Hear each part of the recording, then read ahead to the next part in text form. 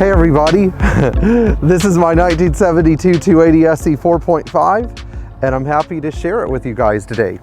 The 280SE 4.5 was literally the end of the road for Mercedes W108 series, but just like the final series of mini Mercedes, it was arguably the most glorious iteration of the design. The thing that made the 280SE 4.5 so different from all the other W108s, especially here in the United States, wasn't just its flashy name, but the fact that it came with a 230 horsepower 4.5 liter V8 under the hood. Prior to this, you had to buy the W109 series 300 SEL 3.5 or 300 SEL 6.3 to get V8 power. But with the 280SE 4.5 and the 280 SEL 4.5, you could get V8 power without the added complexity of the air suspension or having to get the leather interior or having to pay the extra money that the W109 cost. As a result, Mercedes moved over 22,000 4.5 liter models in just one model year, which was especially good because today they're not that hard to find. The most important thing about this car isn't its 4.5 liter engine. It's the fact that it's a W108. The W108 is an iconic design because of the double headlights, the prominent Mercedes grille. This was the last Mercedes you could buy that had a grille like this, where it wasn't some cute little compact grille with a star on it. It said, "Move out of the way, I'm driving a Mercedes." See? Even the grille insert is made of anodized aluminum, which is pretty cool if you're into things that are made well. The other thing that I really love about this car is that it's got a real chrome bumper. These were not the impact absorbing bumpers used on 1974 and later cars. These were prominent chrome bulldozers, and having been in a situation where I had to push something out of the way with one of these, it did actually work. Going around the 280SE 4.5, you know, one of the trademarks of the 4.5 liter car was that the engine was kind of a little heavy. And so it's very typical to see this sort of nose down look on a 4.5. Not that this is how they left the factory, but a lot of them developed this problem over the years. It results from fatigue of subframe and front suspension parts. Typical of many Mercedes from the era, there's no passenger mirror. And the truth was that the passenger mirrors in all these cars, W109, 113, and 111 versions included, this was always a dealer add-on. I personally like the fact that it doesn't have a passenger mirror because it means that nobody took a drill to this door. The 280SE 4.5 inherited from the W110 and 111 sedans was its swinging rear axle. And basically on the left side you have a fixed axle that behaves much like a live axle in an American car, and then you have a swinging axle, which is the independent side of the rear axle on the right side that gives the unique ride quality that these cars possessed. Not to say that they don't handle well either, but this rear suspension was primarily designed for comfort, longevity, and durability. Interestingly enough, all of the V8 powered Mercedes before this had the modified version of this rear axle that used air suspension and a rear sway bar. And on the 4.5, the lack of a rear sway bar is somewhat evident when you're going through the turns. The 4.5 was designed basically with no difference between other W108 series cars. It had the dual chrome exhaust tips, which were signature of the W108 series, and it has the typical US license plate lamps, but there's this one little thing that sets it apart. The 4.5 liter badge, just like the 3.5 liter badge or the 6.3 liter badge, is really the only way that you know that this is a 280SE 4.5, possibly also because of how fast it's going.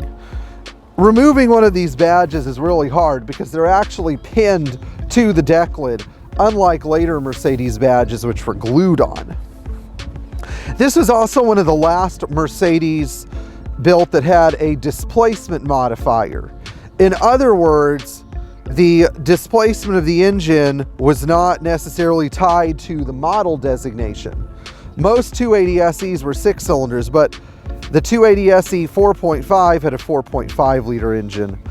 One of the last two Mercedes to have this nice feature were the 450 SEL 6.9 and the 450 SLC 5.0. Then Mercedes stopped doing this and just started spelling out the engine size in conjunction with the model designation.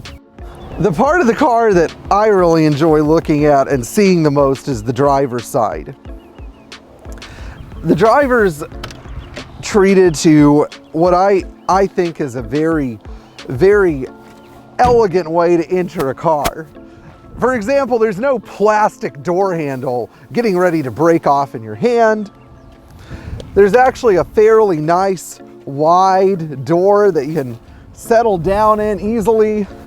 And you have these beautiful vent windows on the side, just in case you wanted airflow instead of the Thermo King air conditioner, which is a very effective air conditioner, by the way. One of the things that I really love about the 280SE 4.5 is how solid the doors close, which is a Mercedes trademark, or was a Mercedes trademark until probably about the mid-90s. Then things started to get a little bit cheaper, but this is one of the Mercedes that had the quote-unquote bank vault door feel. I'm going to talk about the wheels for a second too. These cars could be optioned with either the steel disc wheels or the bunt alloy wheel that was typical of Mercedes of the later 70s and the 1980s. On this car, I'm running a Michelin Defender 205 70/14 tire. Michelin actually stepped up to the plate and made a relatively affordable tire for these cars, and it's a great tire. If they did not exist, I'd have to run a very expensive Riedestein Sprint Classic if I wanted something that would handle speeds of 115 miles per hour. Not that I go that fast regularly, but this car does see triple-digit speeds from time to time. Under the hood, you see the prominence of the 4.5 liter V8. While it's not as big as the 6.3 liter V8, it certainly fills up the engine bay nicely. Now, before we start really looking at the engine, there's one caveat. This car has 291,000 miles on it. So it didn't exactly get kept in a barn its whole life with numerous people attending to it and waxing it every week. This is a car that got driven regularly. Nevertheless, I've tried my best to keep things authentic in detail, if not in appearance. The 280SE 4.5, and this is my favorite part, used Bosch D-Jetronic fuel injection. It saved some of the cost over putting a mechanical injection system in this engine. D-Jetronic was the first electronic fuel injection system. And while it is not as well understood today as it should be, it's an incredibly reliable system that, when properly sorted, is about as seamless as driving a new Honda. Some of the details that people often miss on these 4.5 liter engines are their beautiful Jimmy hose clamps. There were about 32 of these little tiny strap type hose clamps that were used on the fuel injection system. And so when I had to pull the engine out of this car because the nose of the crankshaft was damaged, I made sure that every single one of those little hose clamps went back on. Other things that I really love about this engine are the transistorized ignition system, which is kind of hard to see, so I'm just going to describe it to you.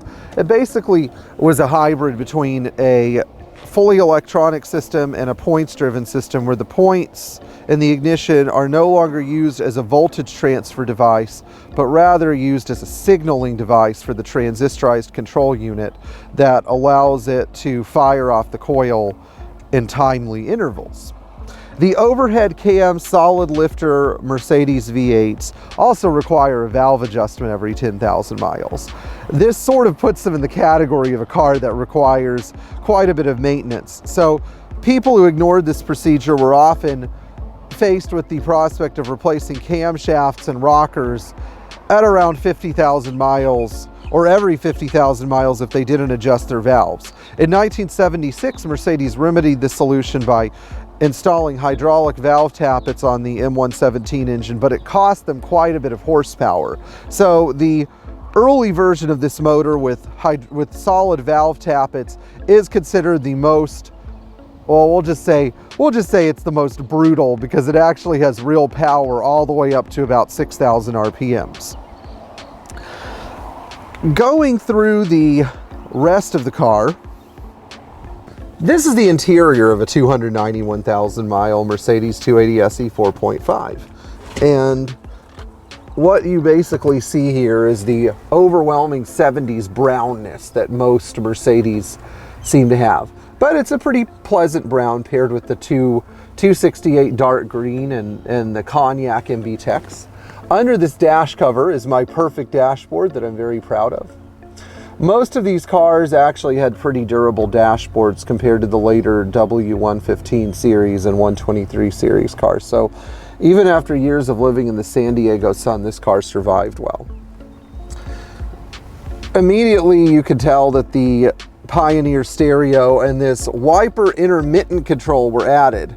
I really haven't had the courage to take those things out yet because I don't know what lurks beneath. But apart from that, this is all stock. Just like other W108s, this is real wood. It's kind of boring French walnut, but it is real wood. If you get a later version of these cars made from the summer of 72 into the end of 72 production, this wood was actually laminated in polyurethane so it never fades. But not so much the case here. One of the nice things about the 280SE 4.5 is that these cars could be equipped with a choice of a column shift transmission like this has, or a floor shift transmission. The floor shift transmission was a no-cost option. I love this car because it's a column shift car, which is unusual. It's unusual for people to actually love the column shift because they think it's sort of like a frumpy grandma thing. Being the driver of this car is also a lot of fun because you get twin armrests, one for the passenger and one for the driver. You get basically all of the ergonomic controls positioned in a way where they make sense. It doesn't have a goofy deep dish gauge cluster and a weird arrow looking steering wheel like a Camaro did at the time. Everything makes sense. You have a perfectly analog gauge cluster with a fuel gauge, an oil pressure gauge, and a temperature gauge. The oil pressure gauge and the temperature gauge are tied directly to the engine, so you get real-time data. You get this cool column shift indicator. You get a parking brake that's sort of like the brake you'd find in a Volkswagen van where you just pull it and it locks.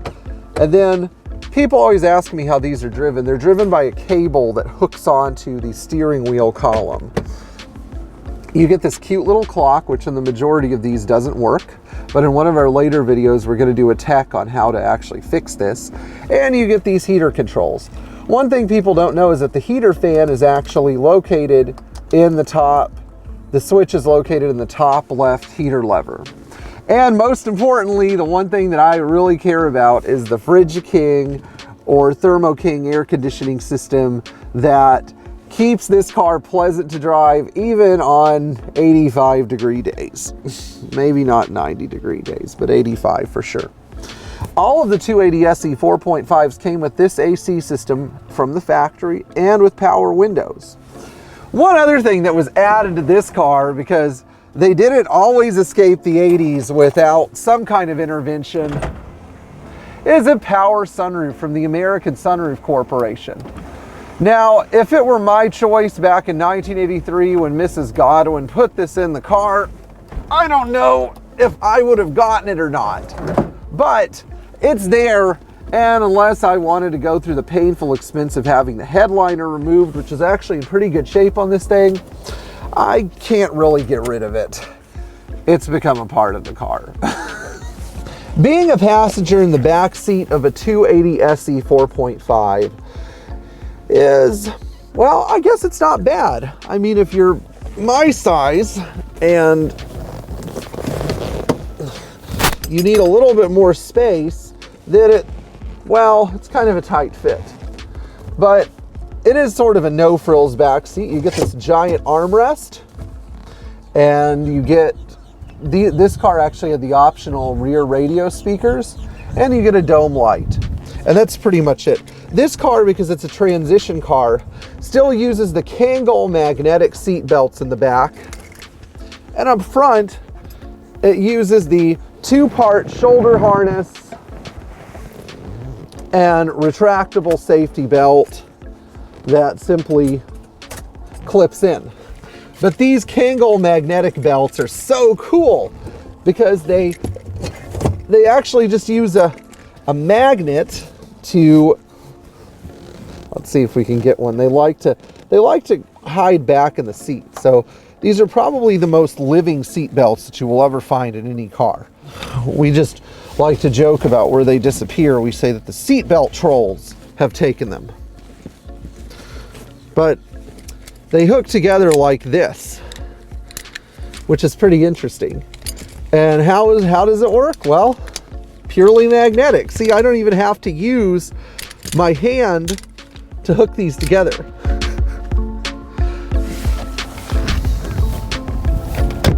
One of the things that I really love about the 280SE 4.5 is how big this trunk is. I took a lot of trips in this car when it was my daily driver for 3 years, and I could put just about anything I needed to in the trunk, including, maybe I'm not as small as I used to be, but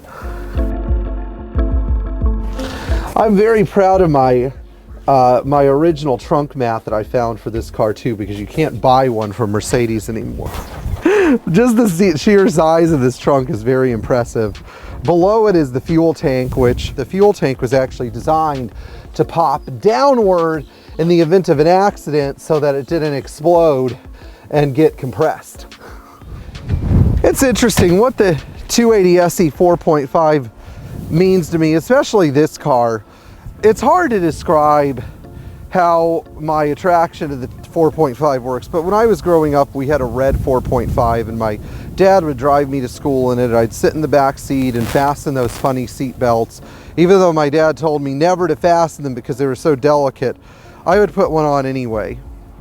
Later on, when I got this car, it was given to me as a gift by a good friend of mine. Her and her husband wanted me to have the car because she wasn't able to really drive it anymore due to some health issues, and her children didn't want to go through and fix the car up. I probably put over $15,000 into making this car run and drive again, so I can understand that. But the thing that I think of when I drive this car is, you know, I was in my late 20s when I had it, much like I said about the 280 SL, and I'd get in this car and I'd drive to Orlando and I'd see my friends and I'd crank up the Alanis Morissette or the Death Cab for Cutie, and I would just drive this car because it felt like, I don't know, it felt like a part of me. Like, this car was my cool factor. I'm not really the